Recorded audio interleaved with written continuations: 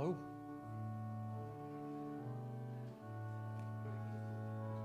Oh.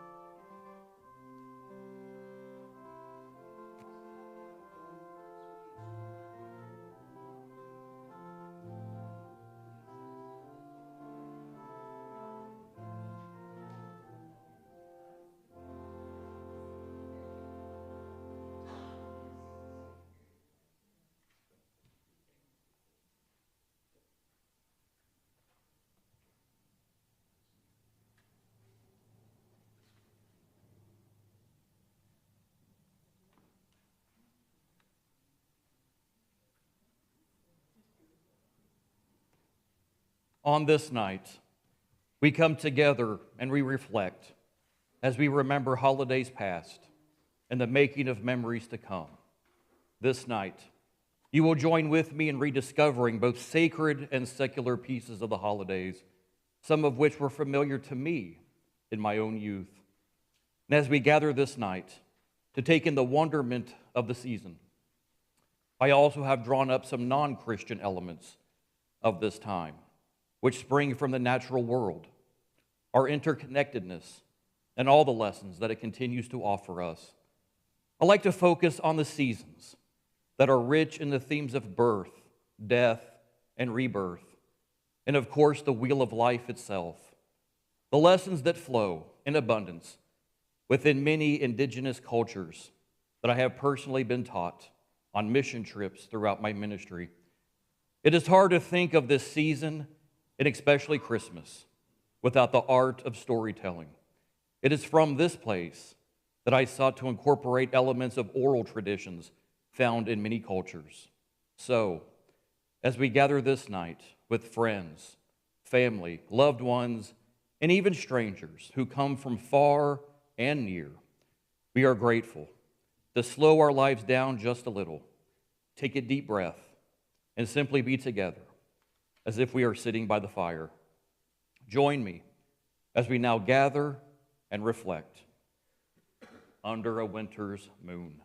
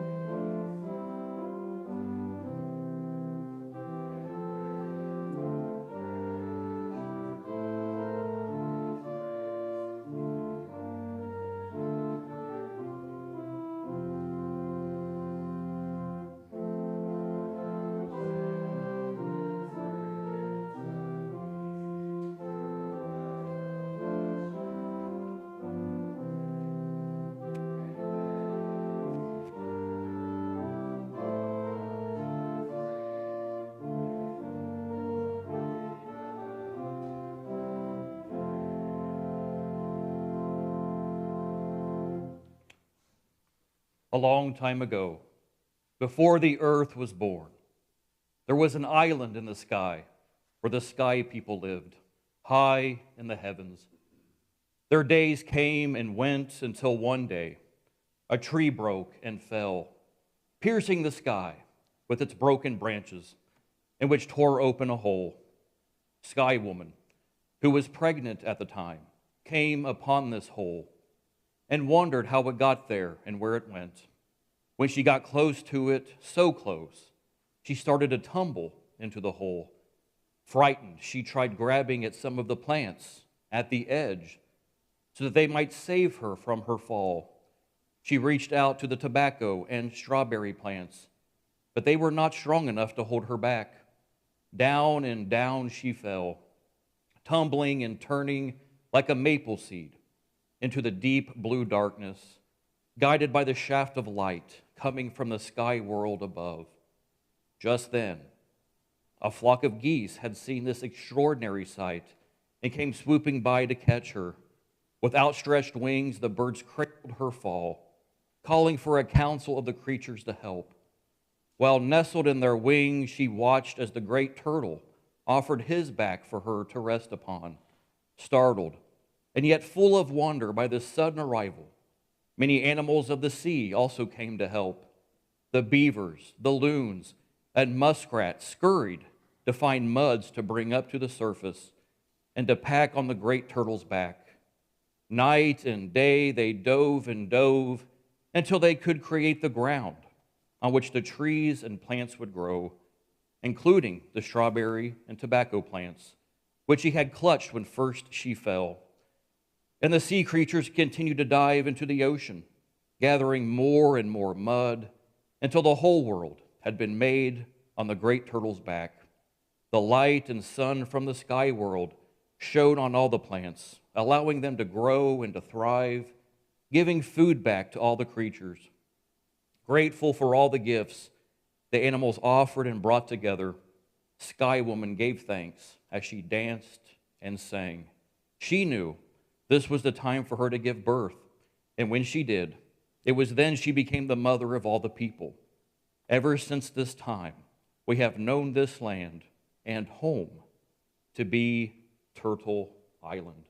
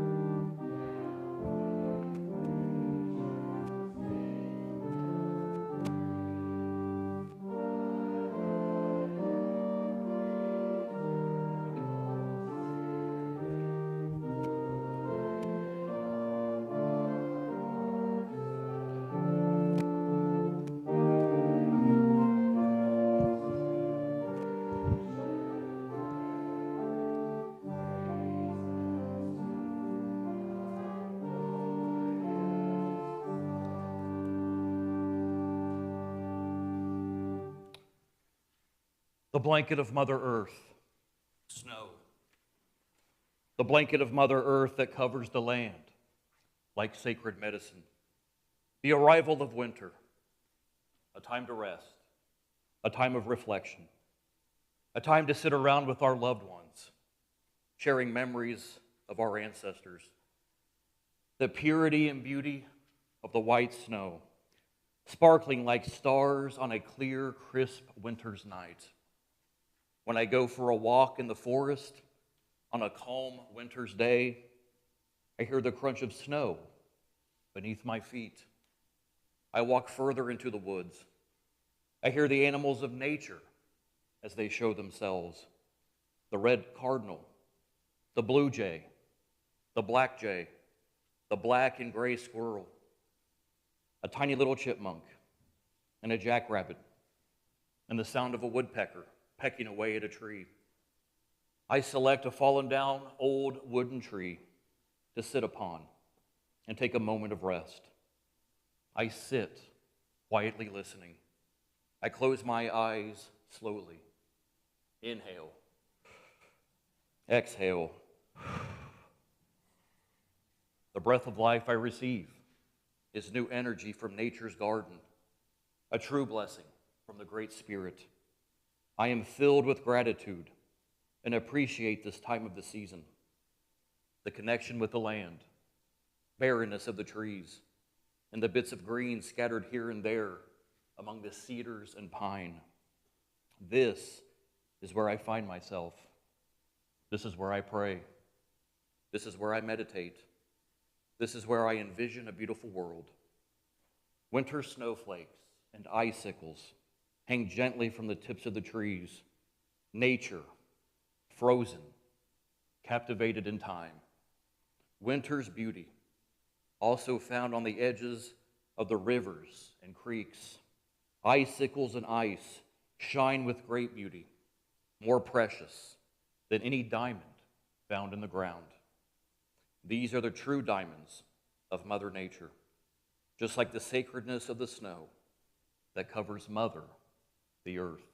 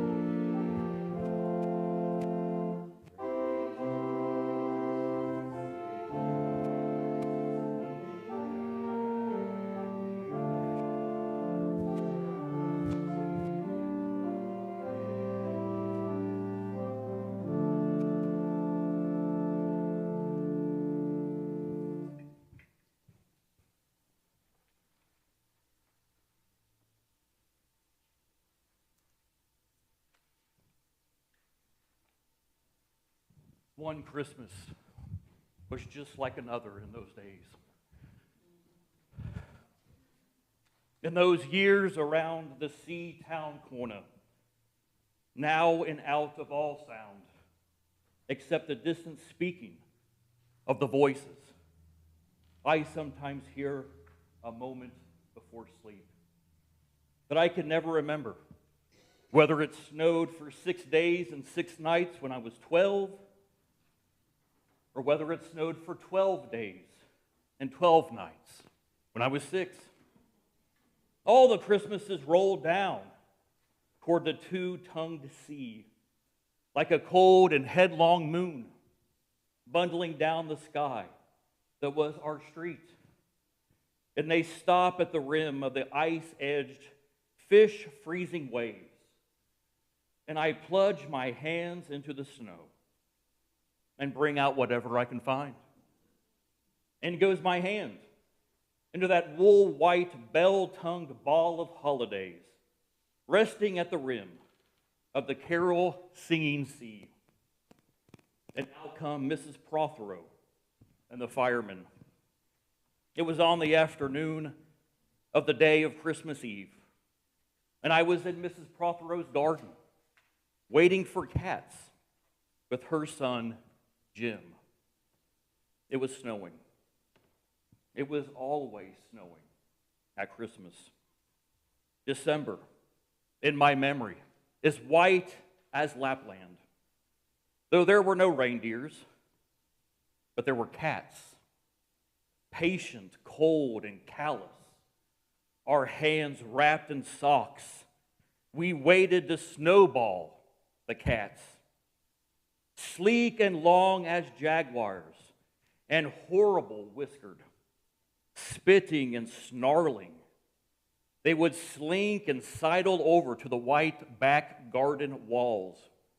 And the lynx-eyed hunters, Jim and I, fur-capped and moccasin trappers from Hudson Bay, off Mumbles Road, would hurl our deadly snowballs at the green of their eyes.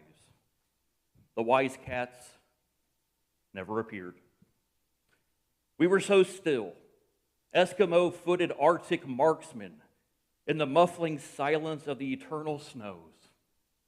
Eternal, ever since Wednesday, that we never heard Mrs. Prothero's first cry from her igloo at the bottom of the garden, or if we heard it at all. It was to us like the far-off challenge of our enemy and prey, the neighbor's polar cat. But soon, the voice grew louder. "Fire!" cried Mrs. Prothero, and she beat the dinner gong, and we ran down the garden with the snowballs in our arms toward the house. And smoke, indeed, was pouring out of the dining room, and the gong was bombulating, and Mrs. Prothero was announcing ruin like a town crier in Popeye. This was better than all the cats in Wales, standing on the wall in a row. We bounded into the house, laden with snowballs, and stopped at the open door of the smoke-filled house. Something was burning, all right. Perhaps it was Mr. Prothero, who always slept there after midday dinner with a newspaper over his face. But he was standing in the middle of the room, saying, "What a fine Christmas," and smacking at the smoke with a slipper. "Call the fire brigade," cried Mrs. Prothero as she beat the gong. "They won't be there," said Mr. Prothero. "Woman, it's Christmas." There was no fire to be seen, only clouds of smoke, and Mr. Prothero standing in the middle of them, waving his slipper as though he was conducting an orchestra. "Do something," he said, and we threw all of our snowballs into the smoke. I think we missed Mr. Prothero and ran out of the house to the telephone box. "Let's call the police as well," Jim said. and the ambulance, and Ernie Jenkins. He loves fires. But we only called the fire brigade. And soon the fire engine came, and 3 tall men in helmets brought a hose into the house. And Mr. Prothero got out just in time before they turned it on. Nobody could have had a noisier Christmas Eve. And when the firemen turned off the hose and were standing in the wet, smoky room, Jim's aunt, Ms. Prothero, came downstairs and peered in at them. Jim and I waited, very quietly, to hear what she would have to say to them. She always said the right thing, always. She looked at the 3 tall firemen in their shining helmets, standing among the smoke and cinders and dissolving snowballs, and she said, "Would you like anything to read?"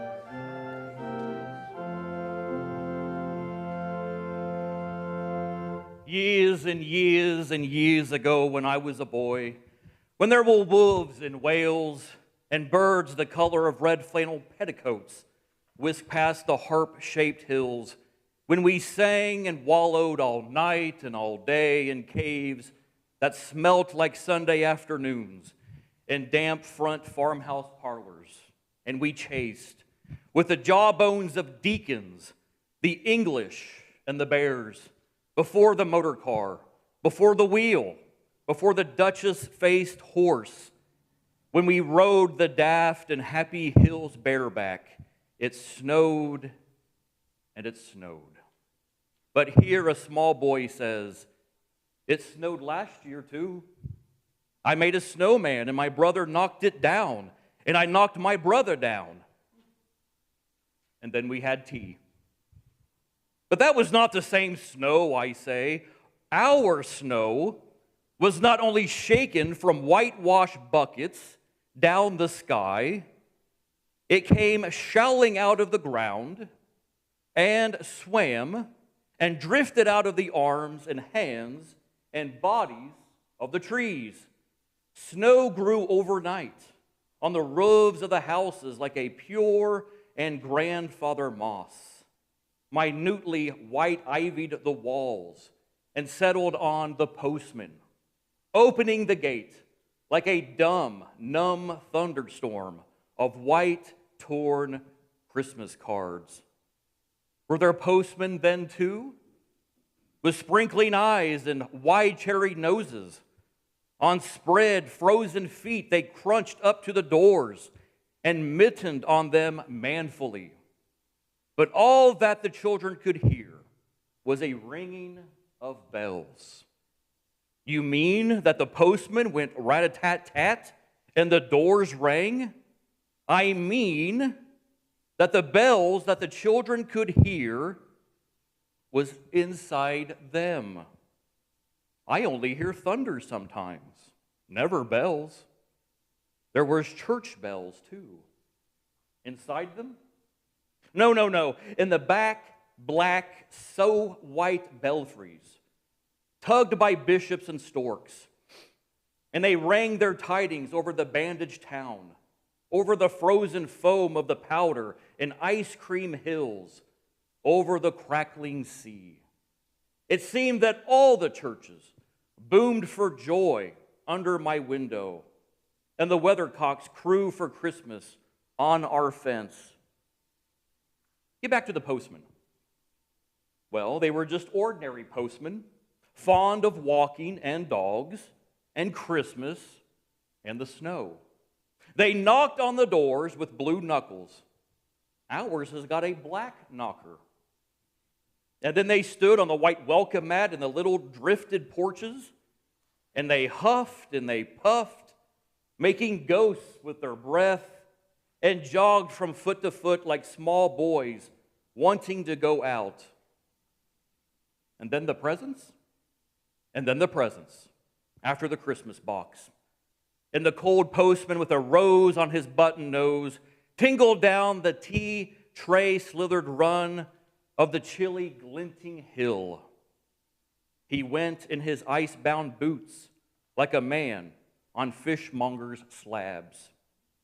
He wagged his bag like a frozen camel's hump, dizzily turned the corner on one foot, and by God, he was gone. Get back to the presents.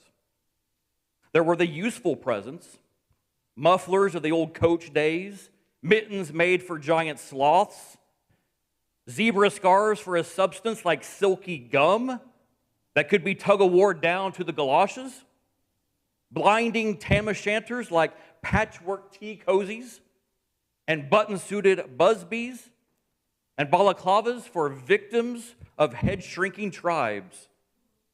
From ants who always wore wool next to the skin. They were mustached and wrapping vests that made you wonder why the ants had any skin left at all. And once I had a little crotcheted nose bag from an ant, now alas, no longer whining with us. And pictureless books in which small boys, though warned with quotations not to, would skate on Farmer Giles' pond, and did, and drowned. And books that told me everything about the wasp, except why. Go on to the useless presents. Bags of moist and many-colored jelly babies, and a folded flag and a false nose, and a tram conductor's cap, and a machine that punched tickets and rang a bell. Never a catapult. Once, by mistake that no one could explain, a little hatchet and a celluloid duck that made, when you pressed it, a most unduck-like sound. A mewing moo that an ambitious cat might make who wished to be a cow. And a painting book in which I could make the grass, the trees, the sea, and the animals any color I pleased. And still, the dazzling sky blue sheep are grazing in the red field under the rainbow-billed and pea-green birds. Hard boils, toffee, fudge, and all sorts, crunches, cracknels, humbugs, glaciers, marzipan, and butter Welsh for the Welsh. and troops of bright tin soldiers who, if they could not fight, could always run, and snakes and families and happy ladders, and easy hobby games for little engineers complete with instructions. Oh, it was so easy for Leonardo. And a whistle to make the dogs bark, to wake up the old man next door, to make him beat on the wall with his stick, to shake our picture off that wall, and a package of cigarettes. You put one in your mouth, and you stood at the corner of the street, and you waited for hours, in vain, for an old lady to scold you for smoking a cigarette. And then, with a smirk, you ate it. And then, it was breakfast under the balloons.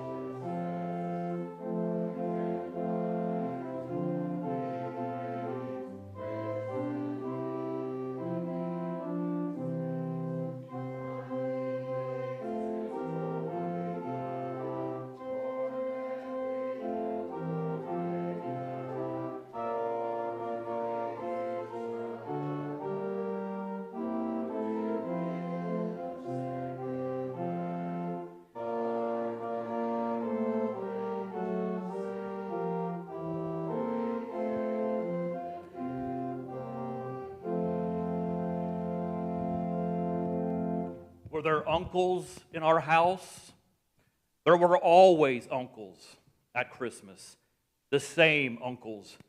And on Christmas mornings with dog-disturbing whistle and sugar fangs, I would scour the Swatch town for the news of the little world and always find a dead bird by the white post office or by the deserted swings, perhaps a robin, all but one of his fires out. Men and women wading or scooping back from chapel with taproom noses and wind-bust cheeks, all albinos, huddled their stiff, black, jarring feathers against the snow. Mistletoe hung from the gas brackets in all the front parlors. There was sherry and walnuts and bottled beer and crackers by the dessert spoons, and cats and their furabouts watched the fires, and the high-heaped fires spat, all ready for the chestnuts and the mulling pokers. Some few large men sat in the front parlors without their collars, uncles almost certainly trying their new cigars, holding them out at arm's length, returning them to their mouths, coughing, then holding them out again as though wanting and waiting for the explosion. And some few small ants, not wanted in the kitchen, nor anywhere else for that matter, sat at the very edges of their chairs, poised and brittle, afraid to break like faded cups and saucers. Not many these mornings trod the piling streets. An old man always, fan-bowlered, yellow-gloved, and at this time of year, with spats of snow, would take his constitutional to the white bowling green and back, as he would take it wet or fine on Christmas Day or even Doomsday. Sometimes two hale young men with big pipes blazing, no overcoats and wind-blown scarves, would trudge unspeakingly down to the forlorn sea to work up an appetite, to blow away the fumes, who knows, to walk into the waves until nothing of them was left but the two curling smoke clouds of their inextinguishable briars. Then I would be slapdashing home, the gravy smell of the dinners of others, the bird smell, the brandy, the pudding and mince, coiling up to my nostrils, when out of a snow-clogged side lane would come a boy the spit of myself, with a pink-tipped cigarette and the violet past of a black eye, cocky as a bullfinch, leering all to himself. I hated him on sight and sound, and would be about to put my dog collar to my lips and blow him off the face of Christmas, when suddenly he, with a violent wink, put his whistle to his lips and blew stridently, so high, so loud, that gobbling faces, their cheeks bulged with goose, would press again their tinseled windows the whole length of the white, echoing street.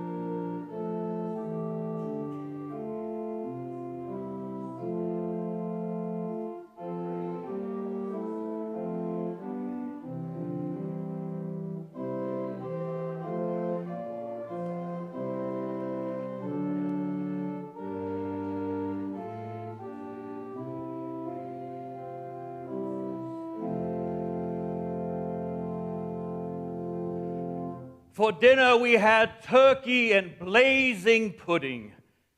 And after dinner the uncles sat in front of the fire, loosened all buttons, put their large moist hands over their watch chains, groaned a little, and slept. Mothers, aunts, and sisters scuttled to and fro, bearing tureens. Auntie Bessie, who had already been frightened twice by a clockwork mouse, whimpered at the sideboard and had some elderberry wine. The dog was sick. Auntie Dozy had to have 3 aspirins, but Auntie Hannah, who liked port, stood in the middle of the snowbound backyard, singing like a big-bosomed thrush. I would blow up balloons to see how big they would blow up to. And when they burst, which they all did, the uncles jumped and rumbled. In the rich and heavy afternoon, the uncles breathing like dolphins in the snow descending, I would sit among festoons and Chinese lanterns and nibble dates and try to make a model man-o'-war, following the instructions for little engineers, and produce what might be mistaken for a sea-going tram car. Or I would go out, my bright new boots squeaking, into the white world, onto the seaward hill, to call on Jim and Dan and Jack, and to pad through the still streets, leaving huge deep footprints on the hidden pavements. I bet people will think they've been hippos. What would you do if you saw a hippo coming down your street? I'd go like this, bang! I'd throw him over the railings and roll him down the hill. And then I'd tickle him under the ear, and he'd wag his little tail. But what would you do if you saw 2 hippos? Iron-flanked and bellowing he-hippos clanked and battered through the scuddling snow toward us as we passed Mr. Daniel's house. Let's post Mr. Daniel a snowball through his letterbox. Let's write things in the snow. Let's write, Mr. Daniel looks like a spaniel all over his lawn. Or we walked on the white shore. Can the fishes see it snowing? The silent one-clouded heavens drifted on to the sea.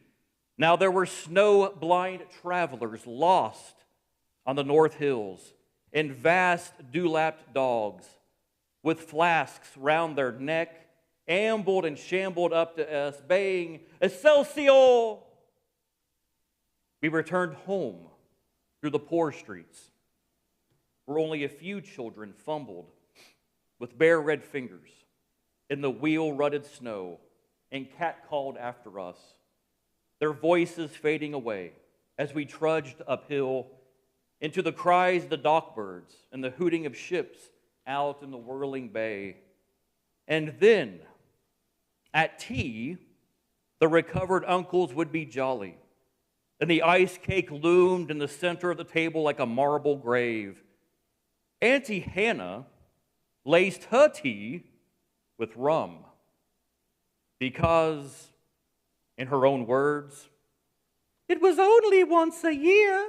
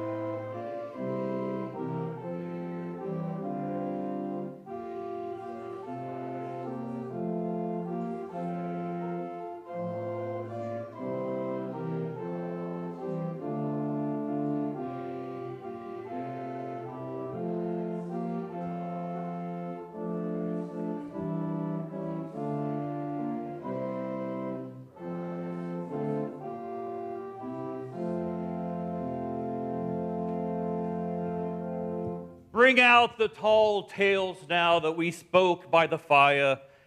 The uncles would be jolly as the gaslight bubbled like a diver. Ghosts wooed like owls in the long nights when I dared not look over my shoulder. Animals lurked in the cubbyhole under the stairs where the gas meter ticked. And I remember that we went singing once when there wasn't the shaving of a moon to light the flying streets. At the end of a long road was a drive that led to a large house, and we stumbled up the darkness of the drive that night, each one of us afraid, each one holding a stone in his hand in case, and all of us too brave to say a word.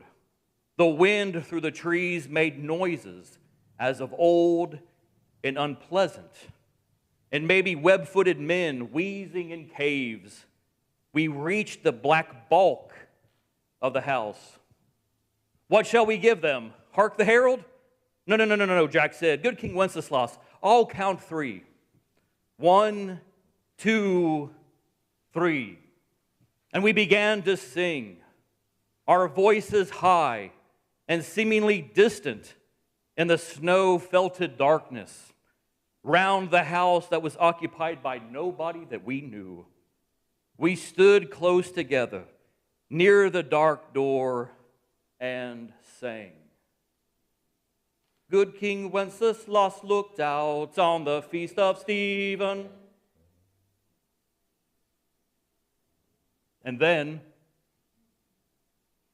a small, dry voice, like the voice of someone who had not spoken for a long time, joined our singing.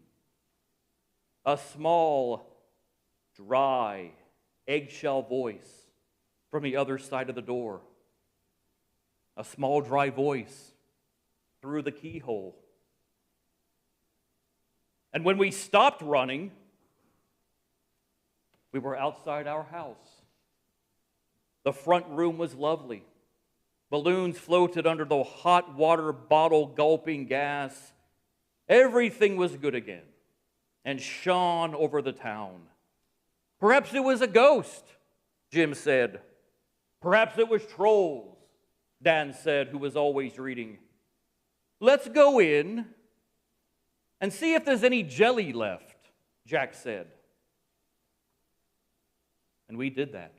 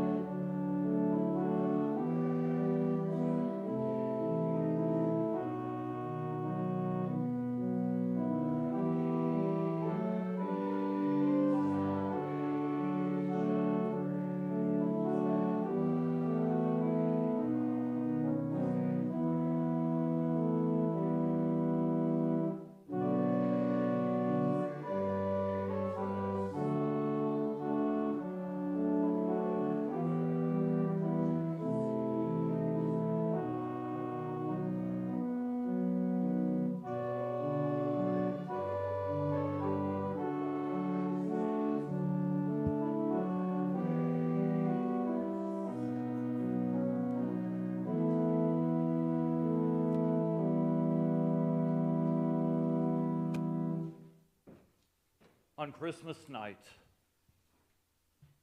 there was music. An uncle played the fiddle, a cousin sang Cherry Ripe, and another uncle sang Drake's Drum. It was very warm in the little house. Auntie Hannah, who had gone on to the parsnip wine, sang a song about bleeding hearts and death. And then another, in which she said her heart was like a bird's nest. And then everybody laughed again. And then I went to bed. Looking through my bedroom window, out into the moonlight, in the unending smoke-colored snow, I could see the lights in the windows of all the other houses on our hill and hear the music rising from them up the long, steadily falling night. I turned the gas down. I got into bed. I said some words to the close and holy darkness, and then I slept.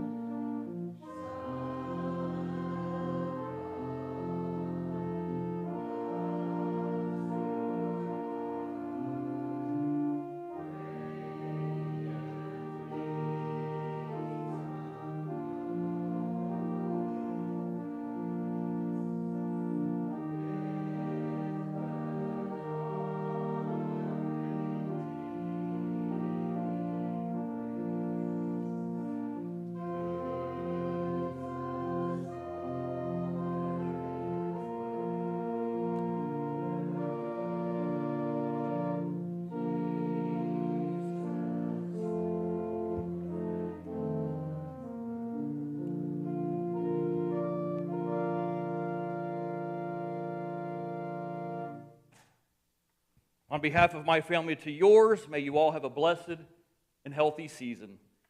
We personally thank you for your time and presence here this night. Thank you all.